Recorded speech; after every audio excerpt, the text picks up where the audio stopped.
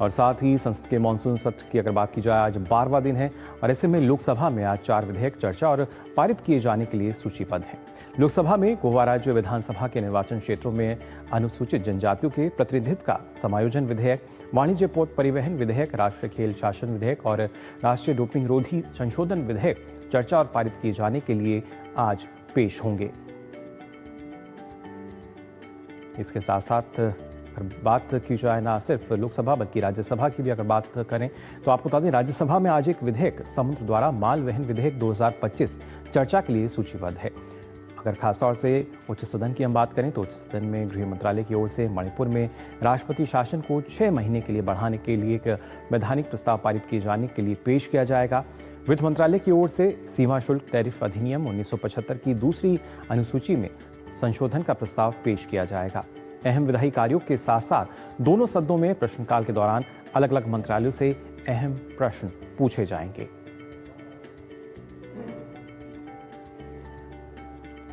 तो महत्वपूर्ण कार्रवाई अगर बात की जाए संसद के मानसून सत्र को लेकर और क्या कुछ खास रहेगा, इसके लिए आइए सीधा रुख कर लेते हैं। हमारे संवाददाता ऋषि कुमार जो हैं वो हमारे साथ जुड़ चुके हैं।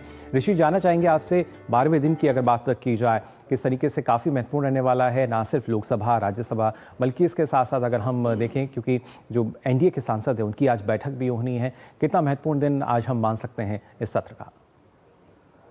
देखिए मुकुल, जहाँ तक आज के संसद की कार्यवाही की बात करें तो मुझे लगता है काफ़ी महत्वपूर्ण दिवस है, क्योंकि एक तो हम देख रहे हैं कि लगातार गतिरोध दोनों सदनों में दिखाई दे रहा है और इस गतिरोध के चलते जो सरकार का जो कामकाज है वो बहुत ज़्यादा प्रभावित हो चुका है। तमाम विधेयक अभी सदन में पेश किए जा चुके हैं और कंसिडरेशन और पासिंग के लिए रोज़ उनको सूचीबद्ध किया जाता है, लेकिन वो न तो उन पर चर्चा हो पाती है, न ही वो पारित हो पाते हैं जी। जिस तरीके से सूत्र बता रहे हैं कि सरकार अब इस मामले को काफ़ी गंभीरता से देख रही है। उसका कहना है कि समय का जो बर्बादी हो रही है अब इसे रोकना ही होगा और इस मामले में उसने विधायी कार्यों को आगे बढ़ाने की भी रणनीति बनाई है।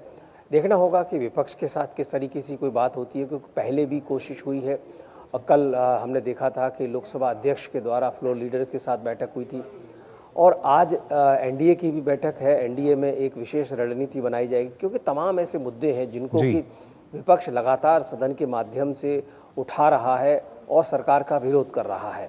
बिहार में एसआईआर का मसला हो, इसको सदन के अंदर सदन के बाहर, तो अब एनडीए के तौर पर भी इसका कैसे सामना किया जाए और इसको कैसे काउंटर किया जाए, मुझे लगता है उसकी रणनीति अब सामने आ सकती है जी।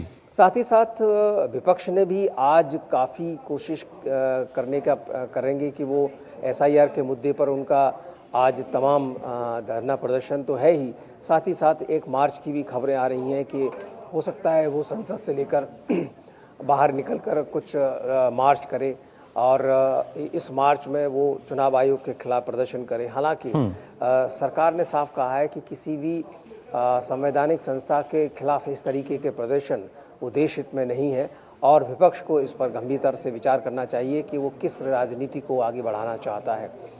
चूँकि ये मसला सुप्रीम कोर्ट में भी गया, सुप्रीम कोर्ट ने भी एसआईआर के मसले पर इस पर मोहर लगाई कि चुनाव आयोग नियमों के अनुरूप, संविधान के अनुरूप काम कर रहा है और जो भी एक दूसरे शिकायतें हैं उनको दूर करने में उनकी कोशिश होनी चाहिए। और आयोग से भी उन्होंने कहा कि आप पूरी पारदर्शिता के साथ इस बात का ख्याल रखें कि मतदाताओं को जोड़ना और मतदाताओं को बूथ तक ले जाना एक प्राथमिकता होनी चाहिए और इसी वजह से चुनाव आयोग भी हमेशा से कहता रहा है कि कोई भी मतदाता ना छूटे।